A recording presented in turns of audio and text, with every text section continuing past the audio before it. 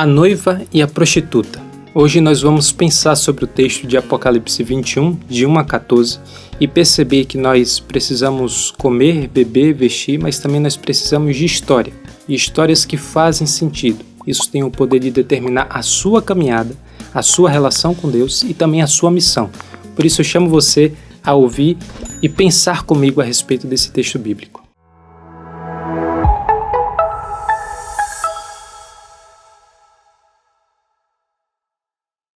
A noiva e a prostituta. Todos nós precisamos ter o que comer, o que beber, o que vestir e de histórias.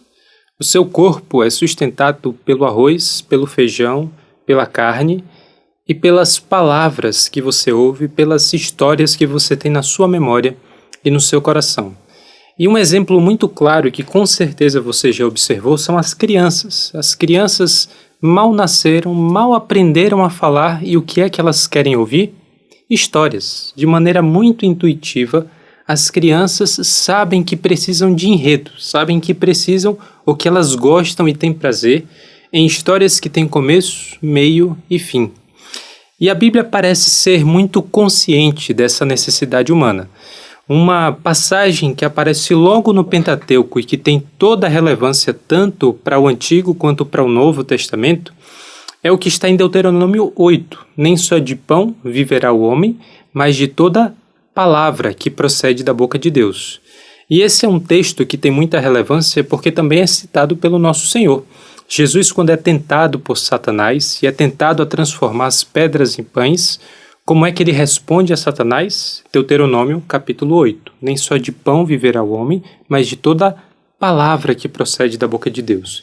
E é importante a gente perceber que não são quaisquer palavras, são palavras que fazem sentido e são palavras que dão sentido para a nossa existência.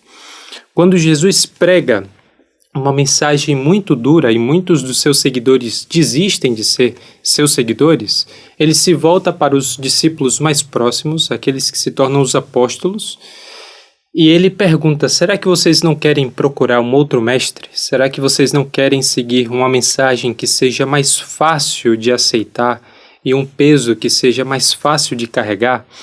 E o que é que Pedro responde para Jesus? Para onde iremos, se só tu tens palavras de vida eterna? Nós precisamos de palavra, mas não qualquer palavra. Precisamos de história com enredo. Nós precisamos de história com enredo, mas não qualquer enredo. Nós precisamos do enredo da eternidade. E a gente então olha para essa necessidade básica do ser humano, tanto aquilo que ele come, o que ele veste e o que ele precisa ouvir e assumir como sendo a sua própria história, e a gente encontra um fato muito impressionante na história da salvação que é contada pela Bíblia. Porque a Bíblia é um livro, conta uma história, mas ao mesmo tempo não é um livro apenas. São 66 livros, e é um livro com uma característica muito particular que não se compara a nenhuma outra obra. A Bíblia foi escrita ao longo de mais de 1000 anos por personagens de contextos históricos muito diversificados, antes do período monárquico, durante o reino, durante o exílio, durante a opressão de diferentes impérios sobre o povo de Deus.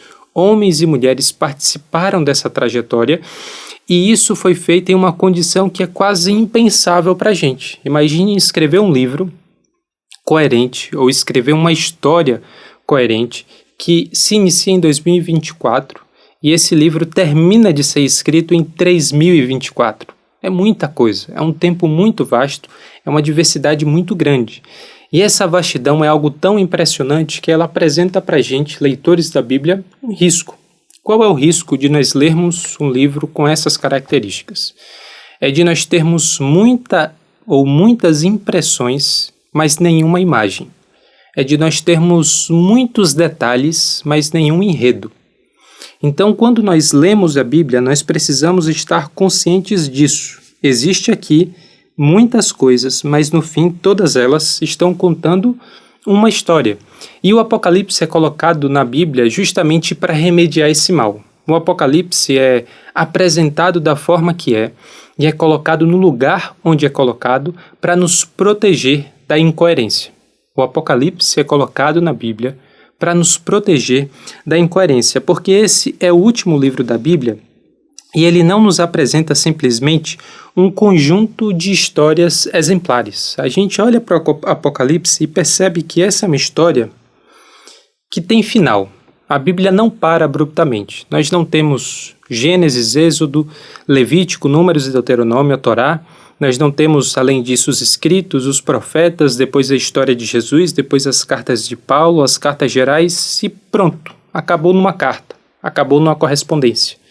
Não é assim que a Bíblia conclui e termina, fecha o cânon dos 66 livros que acreditamos ser inspirados por Deus. A Bíblia conta uma história que tem final. E mais do que ponto final, a Bíblia e o Apocalipse nos contam uma história que tem finalidade. Essa história não para abruptamente, ela tem final e é um final que apresenta propósito, objetivo. Todas essas coisas estavam caminhando até chegar esse momento, até chegar esse ponto que João enxerga, vê, ouve e narra com muito cuidado e nos apresenta de uma forma muito coerente. Há não só impressões, mas há uma imagem. Há não só fatos, mas sim enredo. Essa é uma história que tem começo, meio e fim.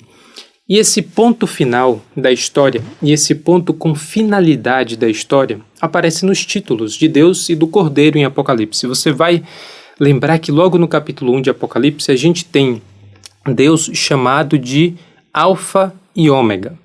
Esse é o título também que é apresentado para o Cordeiro. Esse é aquele que é o Alfa e o Ômega, o princípio e o fim. E fim aparece no grego, na língua em que originalmente o Apocalipse foi escrito, como sendo a palavra telos. E a palavra telos em grego indica duas coisas. Indica tanto que esse é o fim da história, mas tanto também que esse é o ponto para o qual a história convergia. Essa é toda a finalidade de todas as histórias individuais. Jesus é o telos da história. Isso é muito importante porque a gente passa a ver de maneira muito explícita, já apareceu em outros momentos do Novo Testamento, mas no Apocalipse de forma especial, que Jesus é o telos, é o objetivo, é a finalidade para a qual todas as coisas foram construídas, se desenvolveram e todas as histórias individuais se desenvolveram até chegar esse momento em que Cristo faz e completa aquilo que ele veio fazer e realizar. Então a gente aprende com o Apocalipse e aprende com a revelação que ele faz a respeito de Jesus, que as histórias finais encontram o seu objetivo nele, mas também que as histórias finais fazem sentido, porque ele nos dá sentido. É muito importante para a nossa própria história individual saber que a gente não simplesmente nasceu, cresceu, morreu e foi isso. A gente é um fruto do acaso. Nós somos fruto da colisão aleatória dos átomos que formam o universo, mas a nossa vida não faz sentido. Essa não é a história que a Bíblia apresenta, e essa não é a história que o Apocalipse nos conta. A nossa história tem propósito, e a nossa história tem sentido porque fomos feitos à imagem e semelhança de Deus. E a imagem e semelhança de Deus nos levam para o momento da história em que Cristo revela por que nós fomos criados, para que nós fomos criados. E é isso que o Apocalipse 21 nos lembra e nos apresenta, ou também isso que o Apocalipse 21 nos mostra, é que a nossa vida faz sentido e nós estamos caminhando para algum lugar. Nós estamos caminhando para algum ponto da história com sentido e significado que justifica tudo aquilo que acontece conosco ao longo dos nossos 20, 30, 40, 80 anos de vida que temos nesse corpo e que será continuado na história da eternidade. Por isso eu vou chamar você para acompanhar a leitura de Apocalipse 21, dos versículos 1 até o 14. Diz assim: Então vi novos céus e nova terra, pois o primeiro céu e a primeira terra tinham passado, e o mar já não existia. Vi a cidade santa, a nova Jerusalém, que descia dos céus da parte de Deus, preparada como uma noiva adornada para o seu marido. Ouvi uma forte voz que vinha do trono e dizia: Agora o tabernáculo de Deus está com os homens, com os quais ele viverá. Eles serão os seus povos. O próprio Deus estará com eles e será o Deus deles, ou seu Deus. Ele enxugará dos seus olhos toda lágrima, não haverá mais morte, nem tristeza, nem choro, nem dor, pois a antiga ordem já passou. Aquele que estava sentado no trono disse: Estou fazendo novas todas as coisas. E acrescentou: Escreva isto, pois estas palavras são verdadeiras e dignas de confiança. Disse-me ainda: Está feito. Eu sou o Alfa e o Ômega, o princípio e o fim. A quem tiver sede, darei de beber gratuitamente da fonte da água da vida. O vencedor herdará tudo isto, e eu serei seu Deus, e ele será meu filho. Mas os covardes, os incrédulos, os depravados, os assassinos, os que cometem imoralidade sexual, os que praticam feitiçaria, os idólatras e todos os mentirosos, o lugar deles será no lago de fogo que arde com enxofre. Esta é a segunda morte. Um dos 7 anjos, que tinha as 7 taças cheias das últimas 7 pragas, aproximou-se e me disse: Venha, eu lhe mostrarei a noiva, a esposa do Cordeiro. Ele me levou no espírito a um grande e alto monte, e mostrou-me a cidade santa, Jerusalém, que descia dos céus da parte de Deus. Ela resplandecia com a glória de Deus, e o seu brilho era como de uma joia muito preciosa, como jaspe, clara como cristal. Tinha um grande e alto muro com 12 portas e 12 anjos junto às portas. Nas portas estavam escritos os nomes das 12 tribos de Israel. Havia 3 portas ao oriente, 3 ao norte, 3 ao sul e 3 ao ocidente. O muro da cidade tinha 12 fundamentos, e nele estavam os nomes dos 12 apóstolos do Cordeiro. Essa passagem de Apocalipse 21, dos versículos 1 até o 14, aparece como uma conclusão do livro de Apocalipse, e os capítulos 21 e 22 do Apocalipse aparecem como a conclusão de toda a história que é apresentada na Bíblia, de todo o cânon do Novo Testamento, mas também da Bíblia hebraica, o Antigo Testamento e do Novo Testamento como uma obra única.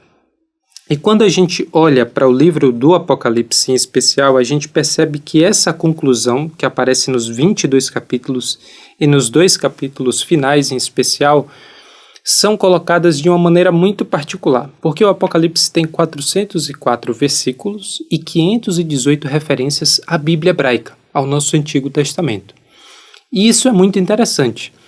Pense um pouco a respeito desses 2 números, 404 versículos e 518 referências à Bíblia hebraica. É mais de uma referência e uma alusão ao Antigo Testamento por versículo. João fala mais com a linguagem do Antigo Testamento do que com qualquer outra forma de linguagem. É muito comum que em um único versículo a gente encontre 3 referências ao Antigo Testamento. É muito comum que ele fale tudo aquilo que ele tem a falar com símbolos e com a linguagem que já foi apresentada há muitos anos antes de João. Mas ele faz isso de uma forma muito peculiar e muito particular. Ele faz isso dando sentido a tudo aquilo que aparece e acontece a partir da pessoa de Jesus, faz todas essas referências ao Antigo Testamento, mas nunca cita diretamente um texto do Antigo Testamento. Ele nunca fala exatamente, ipsis literis, uma citação direta do que está em Êxodo. Ele nunca fala exatamente quais são as palavras de Isaías. Ele nunca cita diretamente, mas usa toda a simbologia, toda a história, todos os personagens que a gente encontra no Antigo Testamento. E é muito possível, é muito provável que todos os livros do Antigo Testamento encontrem alguma referência ou algumas referências no Apocalipse. Então, quando a gente olha para tudo isso que João constrói por meio do Apocalipse, a gente tem um aviso muito claro. É impossível entender o que está no último livro da Bíblia sem entender o que está nos outros 65 livros. É impossível você fazer qualquer interpretação coerente do livro do Apocalipse sem entender e entender bem, entender de forma coerente o que aparece nos outros 65 livros da Bíblia. E isso não só é importante para a linguagem, os símbolos, a maneira como João narra essa história, mas também porque João está contando um outro fato muito importante, nos apresentando um fato muito importante, que é todos os fios que foram utilizados para construir Gênesis, todas as histórias que se iniciaram no Jardim do Éden, no Egito, na travessia do deserto, na história do povo dentro de Canaã, na divisão do reino, no exílio, no retorno para sua terra, na história de Jesus, dos apóstolos, no começo da igreja, todos esses fios encontram o seu ponto de coerência aqui, no momento e no lugar que eu, João, enxerguei, ouvi e agora transmito para vocês. A nossa história só faz sentido pelas coisas que eu vi, ouvi e agora comunico a vocês. E João fala isso e faz isso com um ponto ou de uma forma que é muito importante a gente perceber. O todo é mais do que a soma das partes. O que João apresenta é mais do que uma sequência de símbolos interessantes, é mais do que uma poesia muito profunda, é mais do que uma teologia muito densa e fundamental. É mais do que uma coletânea de fatos. O que João nos apresenta é uma imagem coerente. O todo é mais do que a soma das partes. Mas, ao mesmo tempo, o todo não subsiste sem as partes. Por isso, mais uma vez, é muito importante você saber como interpretar os símbolos do Apocalipse. A gente só tem condições de enxergar essa imagem e essa grande obra que João nos apresenta se a gente entender de que maneira ele usa cada um desses símbolos, de que maneira ele nos apresenta o significado de cada uma dessas coisas. E é claro que ninguém que tenha o mínimo de sobriedade na sua interpretação do Apocalipse pode dizer que entende com certeza tudo aquilo que aqui está escrito. Esse é um livro que guarda muitos mistérios, e não só porque é impossível estar absolutamente seguro da interpretação de cada um dos símbolos, mas porque é muito denso. Mesmo que a gente tenha bons motivos para acreditar no que a gente acredita, existe muito mais do que a gente pode digerir em 1, 2 ou 70 anos de estudo do livro do Apocalipse. É difícil, mas ainda assim nem tudo está perdido. Nem tudo é simplesmente o juízo subjetivo daquele que interpreta e atribui o significado que quer para cada um desses símbolos. Existem bons princípios, existem formas mais coerentes e outras menos coerentes de interpretar esse livro. Por exemplo, um dos pontos fundamentais é saber como cada um dos símbolos chegou no livro do Apocalipse, qual é a trajetória de cada uma dessas simbologias até o momento que João enxerga, João entende e João assimila o significado desse símbolo que ele coloca no seu livro. Por exemplo, o tabernáculo que aparece, ou a tenda de Deus que aparece em Apocalipse 21:3, é pela primeira vez apresentado aqui no livro de Apocalipse? Não. Existe uma história muito longa do tabernáculo até chegar em Apocalipse, onde é que primeiramente ele é apresentado? Êxodo, quando Deus ordena para o povo que havia sido libertado do Egito que construísse um lugar para a sua habitação no meio do povo. Tabernáculo, tenda de Deus, aparece pela primeira vez em Êxodo. E essa é uma história muito longa, porque Deus vai continuar atravessando o deserto junto com o povo no tabernáculo, mas depois vem um templo, e depois o templo é destruído, e depois a glória de Deus volta a habitar na pessoa de Jesus, e depois a glória de Deus está sobre a igreja, e depois existe esse momento da consumação da presença de Deus no meio do seu povo em Apocalipse 21. É uma história muito longa para um único símbolo que aparece de forma muito objetiva em Apocalipse 21:3. Como é que você sabe se uma interpretação é coerente ou não? Essa interpretação faz justiça à história desse símbolo, até o momento que ele chegou em aqui Apocalipse? Outro exemplo, novos céus e nova terra. Apocalipse 21 é o primeiro a apresentar o símbolo dos novos céus? Não, isso aparece lá no profeta Isaías. Então, se a interpretação que a gente faz em novos céus, sobre o novos céus e nova terra é coerente com a história que a gente quer contar sobre o Apocalipse, mas não tem nada a ver com o livro de Isaías, com o profeta Isaías, que aparece muito antes do profeta João, então existe algo de errado com a nossa explicação.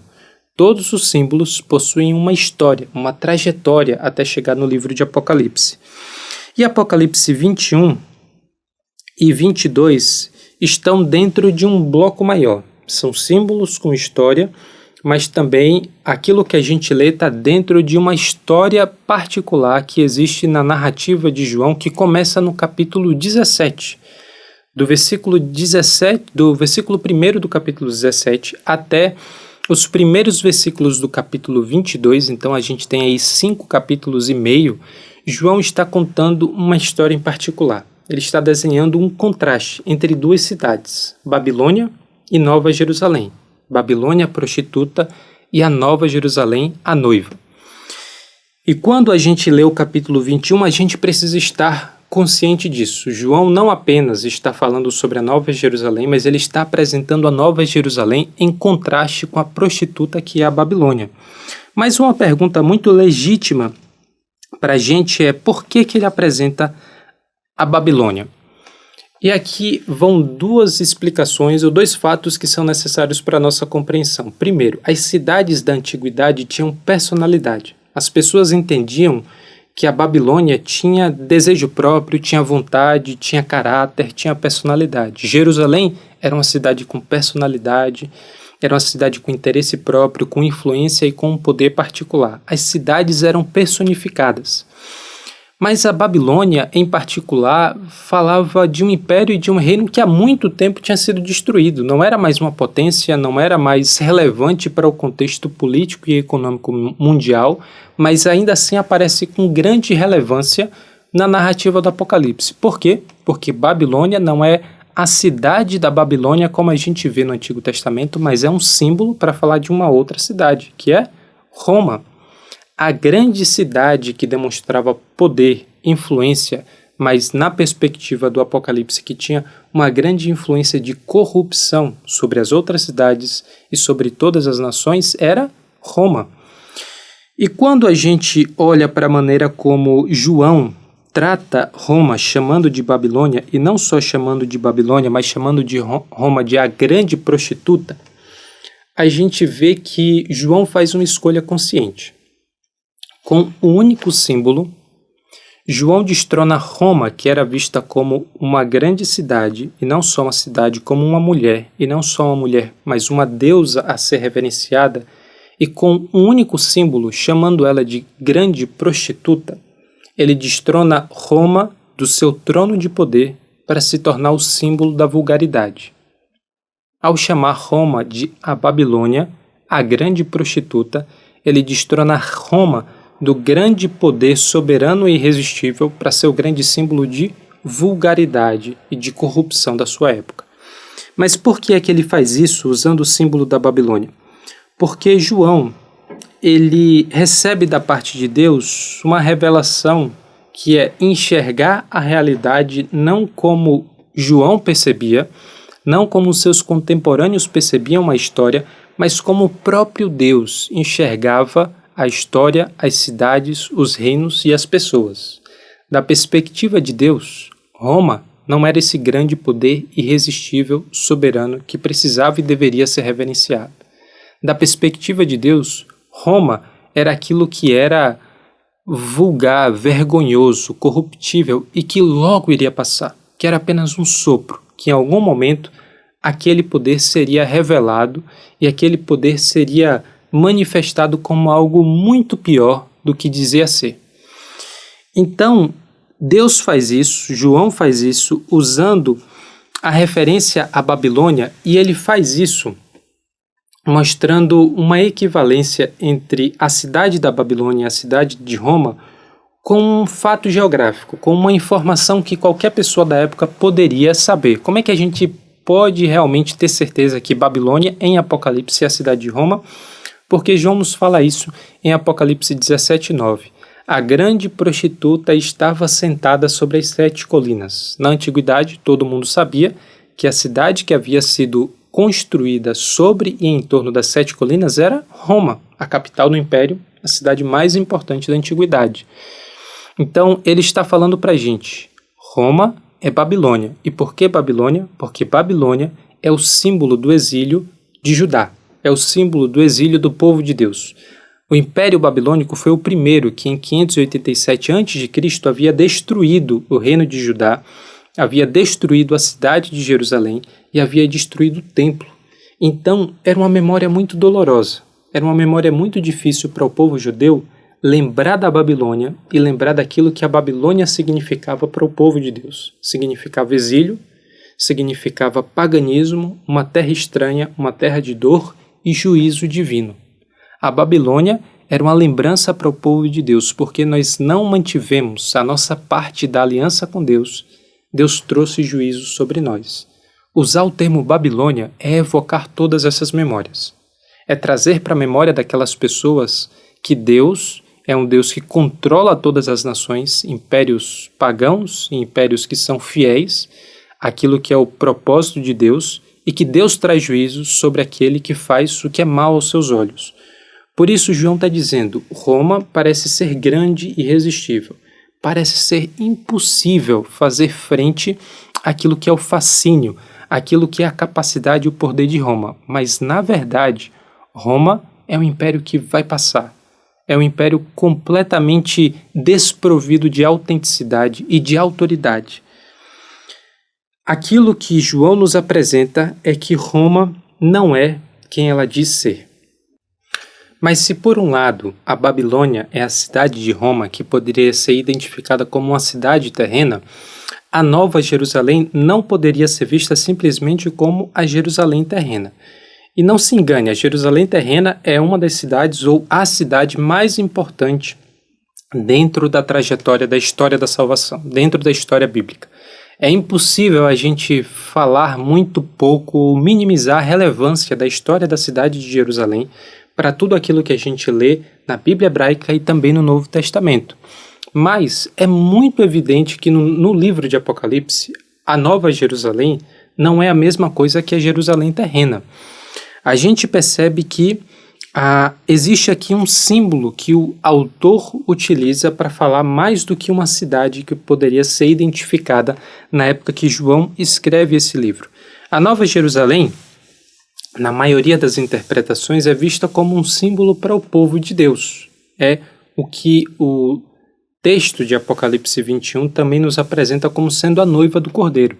E existem boas razões para a gente acreditar que a Nova Jerusalém é um símbolo para a igreja, é um símbolo para o povo de Deus. Como é que a gente sabe disso? Apocalipse 19 e Apocalipse 21.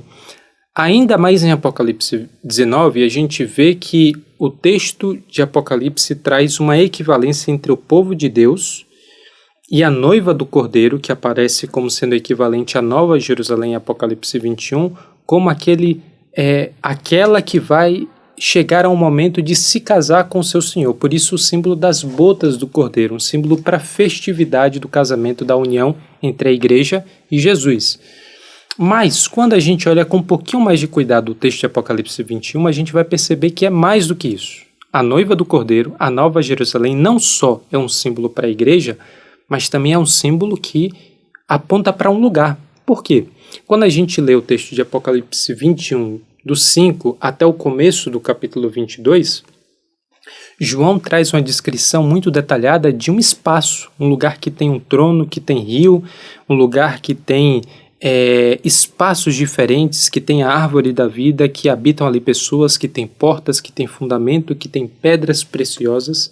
E é muito difícil a gente acreditar que toda essa descrição de um lugar, de um ambiente, de um espaço, são características para a Igreja de Cristo. São, na verdade, símbolos para falar do caráter do povo de Deus. Seria muito forçoso acreditar que toda essa descrição do lugar, na verdade, é uma descrição de caráter. Não.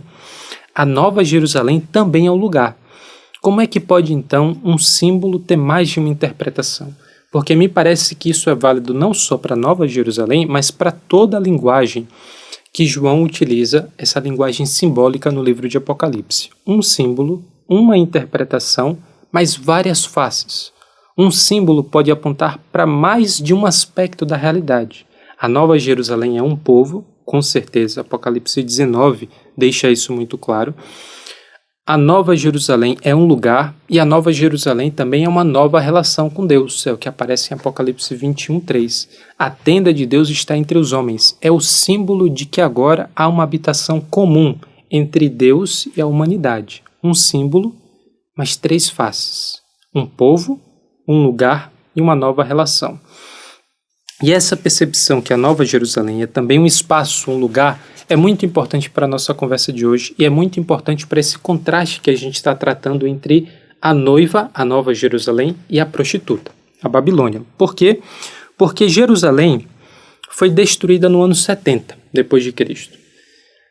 E o livro de Apocalipse, muito provavelmente, é escrito no começo dos anos 90, 20 e poucos anos após a destruição de Jerusalém.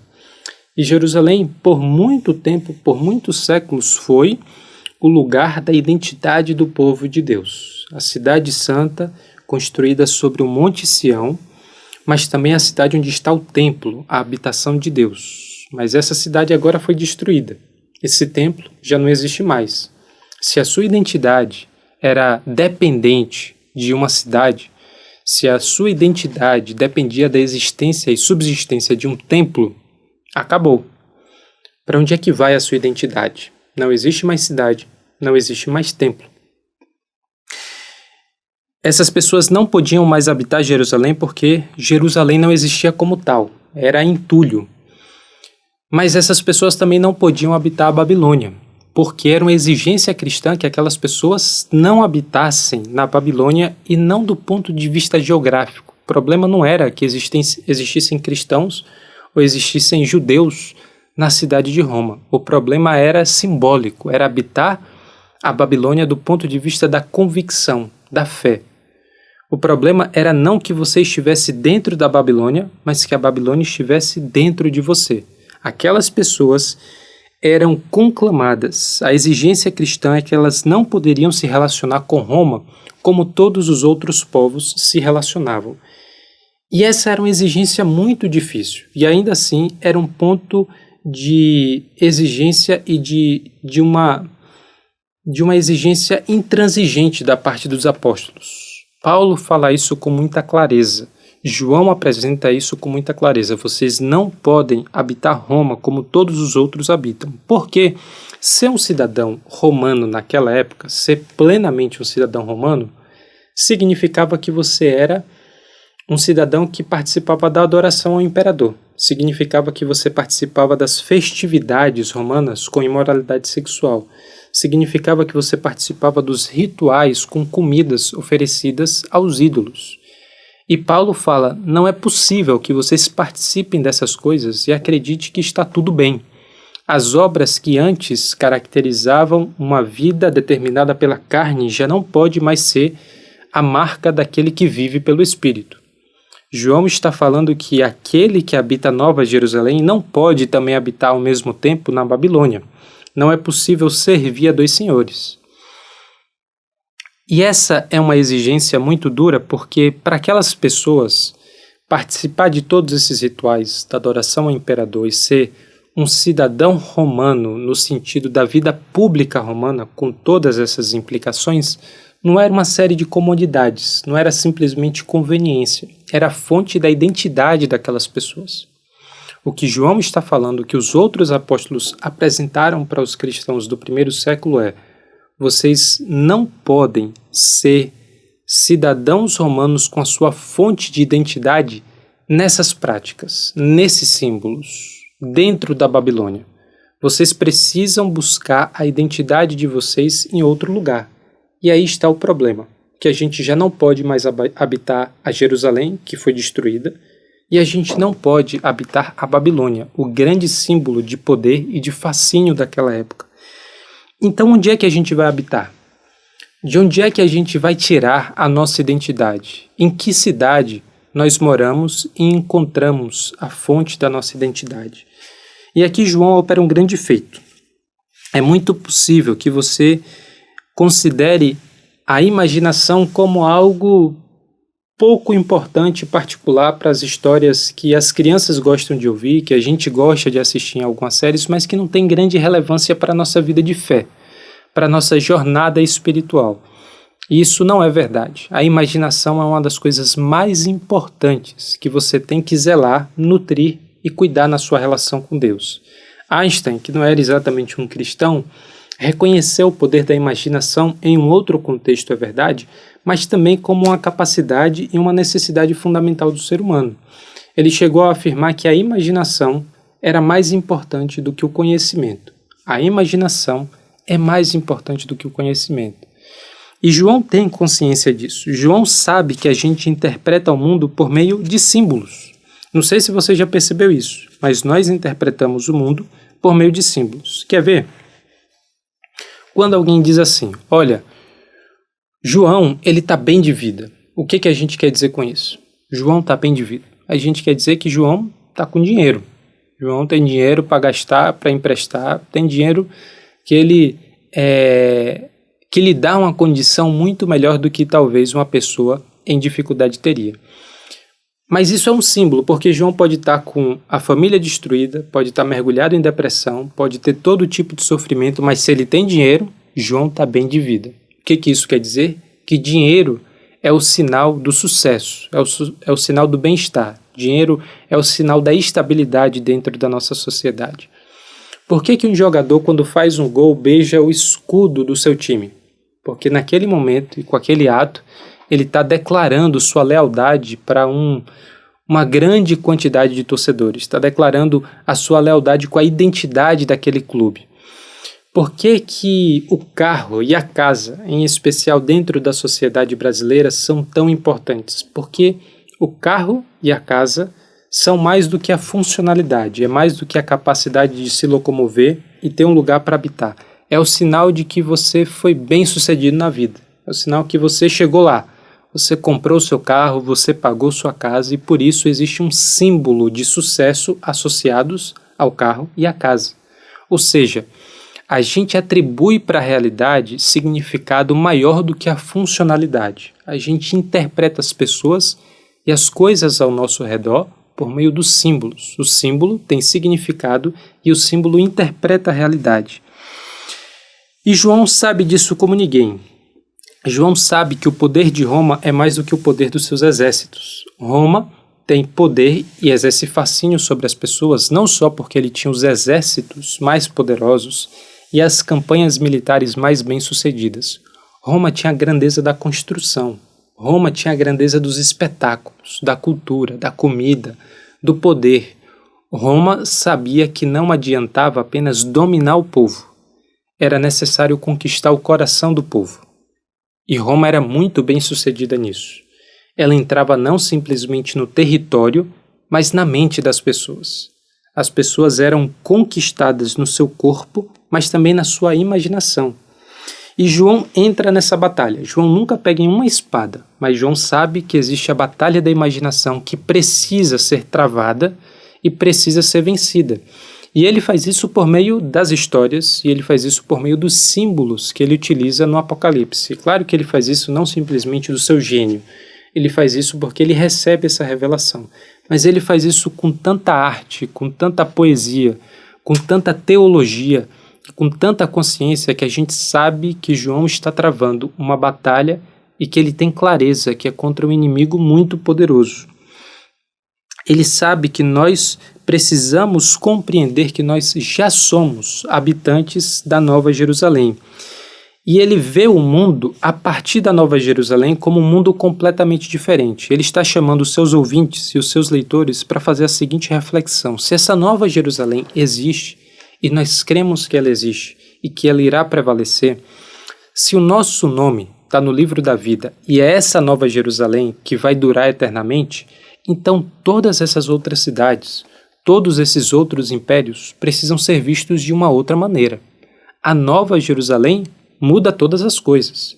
Se Roma não é quem ela diz ser, se os impérios do nosso tempo e do nosso mundo não vão prevalecer pelo tempo que parece que vão prevalecer, se o seu poder é na verdade uma imitação do poder do reino de Deus, então toda a nossa realidade precisa ser reinterpretada porque existe a Nova Jerusalém.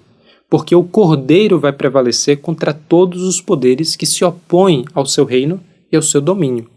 A Nova Jerusalém precisa transformar a maneira como você enxerga e você interpreta a realidade hoje, o presente. A Nova Jerusalém não é só uma realidade do futuro.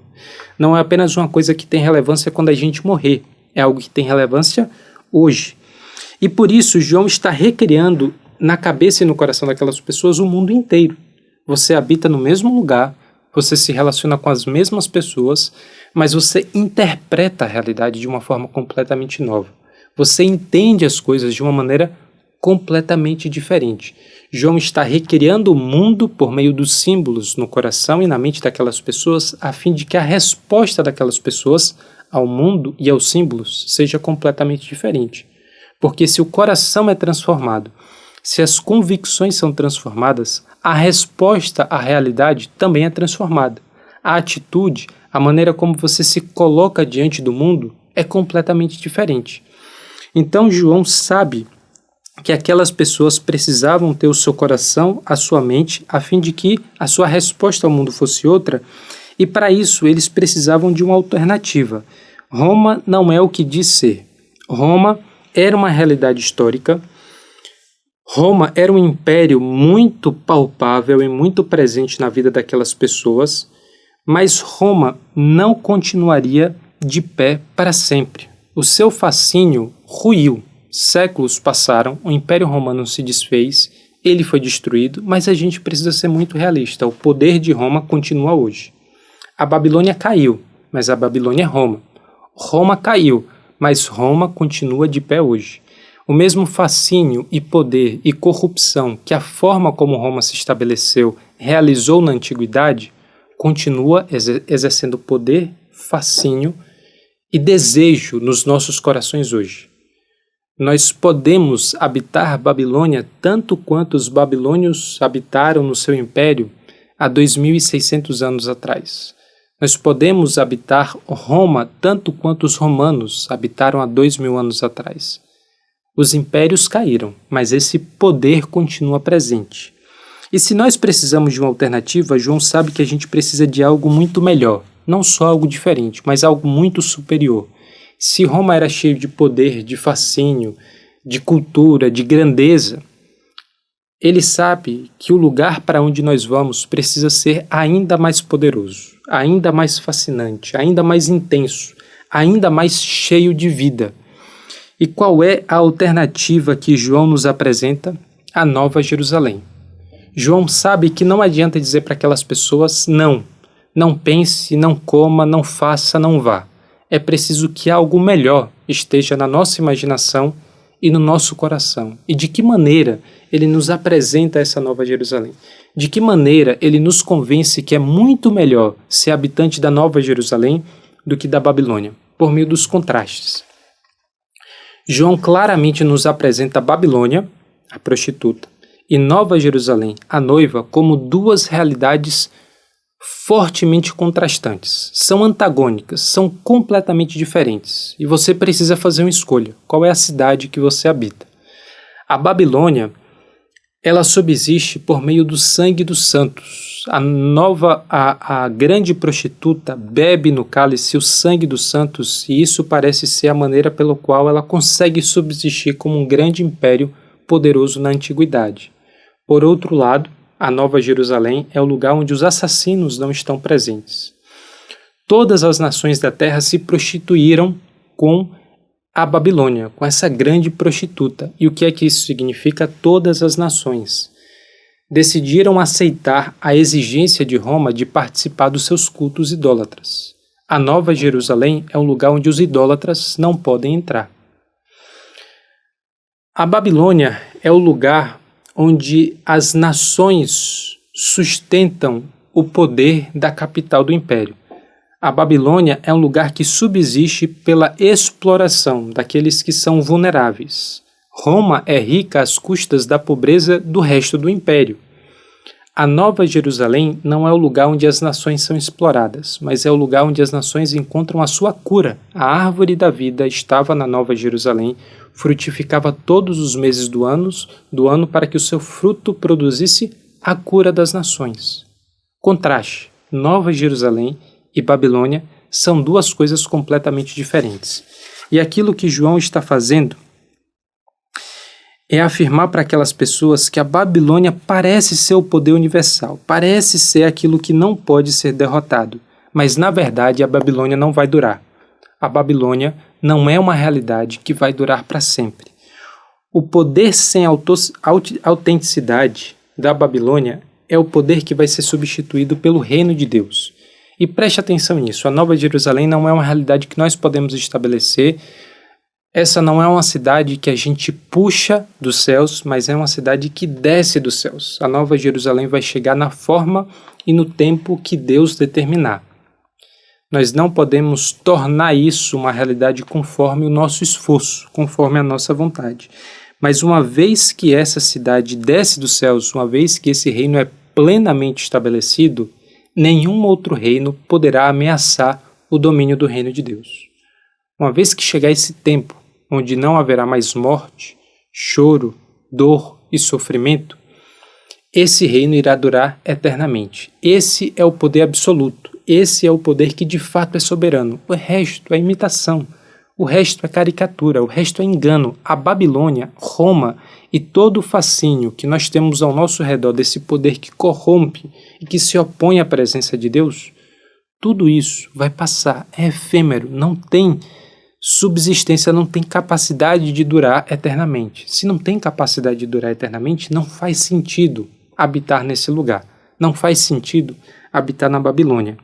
Apocalipse 21 e 22 nos apresentam esse grande esforço de João e esse esforço bem sucedido que tem feito a mesma coisa há 2000 anos, de tirar o povo que mora e habita hoje na Babilônia e transportar, conduzir esse povo até a Nova Jerusalém.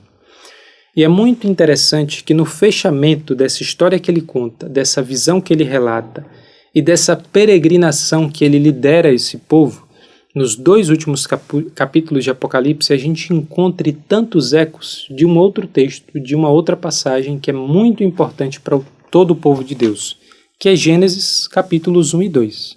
Os 2 últimos capítulos da Bíblia têm muitos ecos e muitas referências aos 2 primeiros capítulos da Bíblia.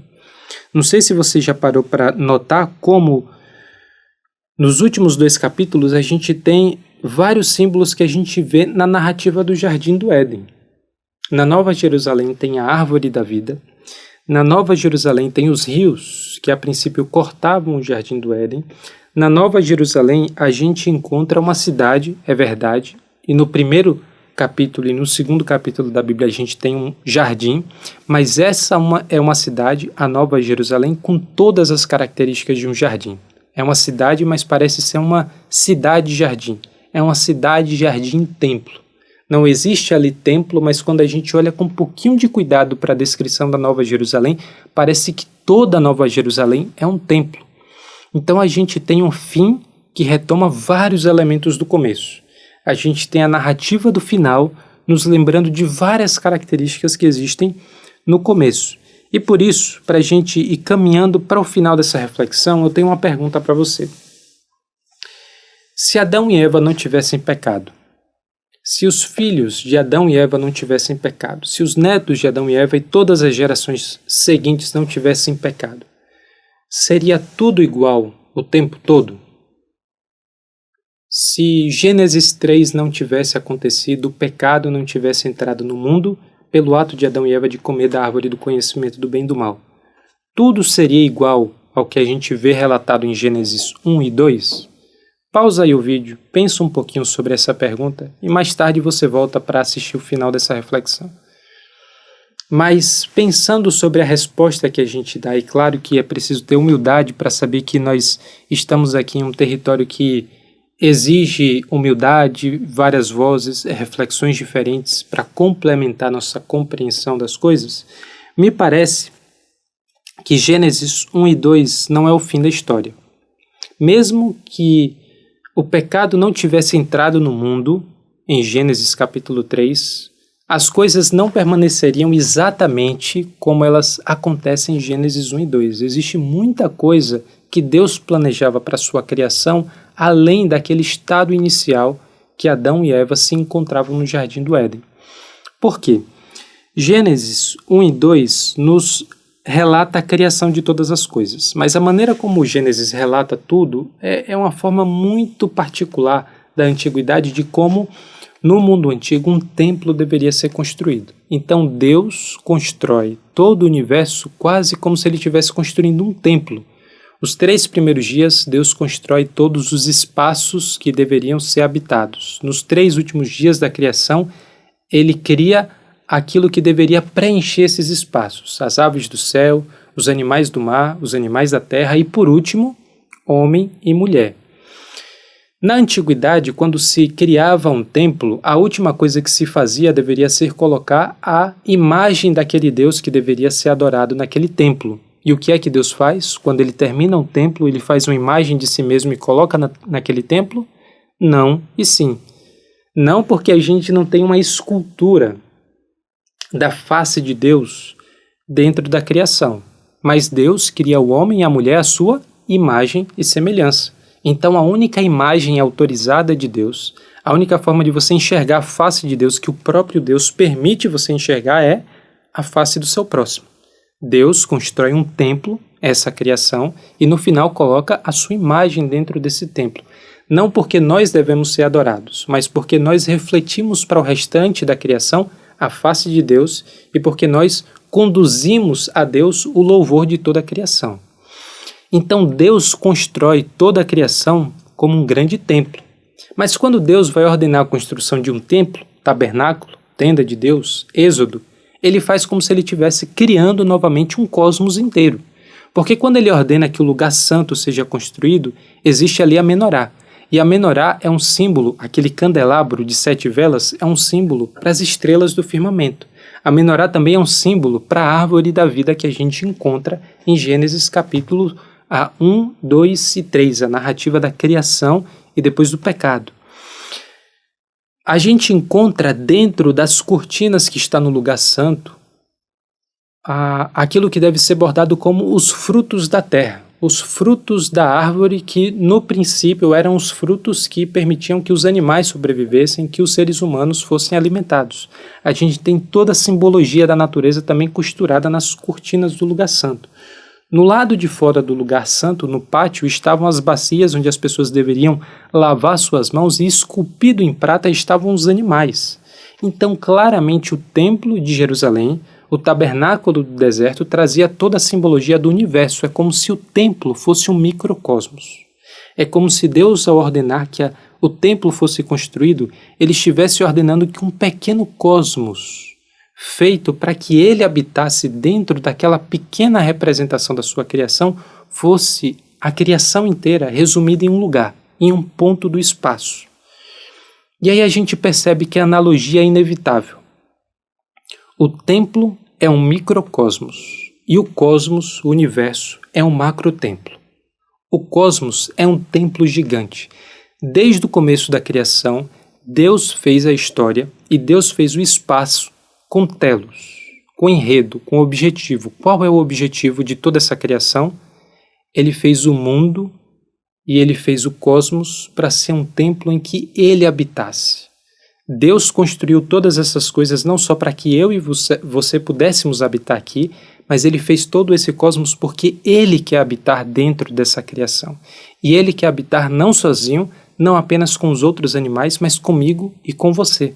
Por isso que o fim da história, Apocalipse 21 até Apocalipse 22, nos traz a finalidade, o ponto final desse enredo. Por que tudo isso foi construído? Qual é o sentido de Gênesis, Êxodo, Levítico, Números, Deuteronômio, todos os livros da Bíblia, toda a história da humanidade, todas as histórias individuais, para que nós pudéssemos chegar a esse ponto. A tenda de Deus está entre os homens.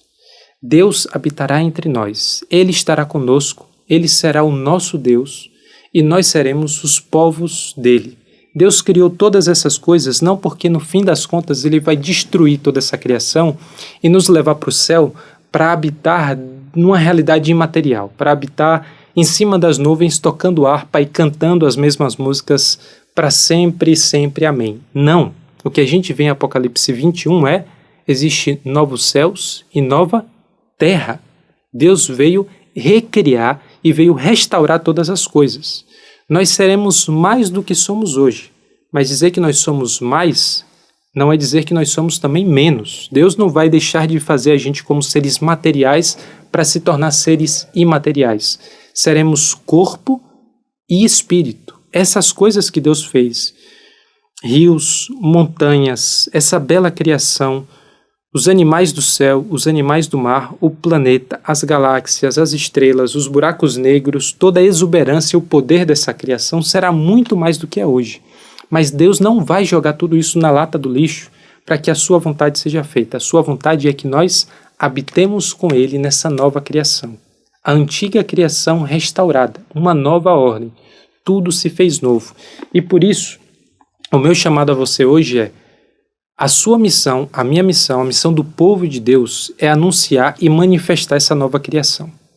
É mostrar que existe o renovo de vida, é mostrar que existe perdão e é mostrar que todas as coisas estão sendo feitas novas porque Deus está estabelecendo esses novos céus e essa nova terra.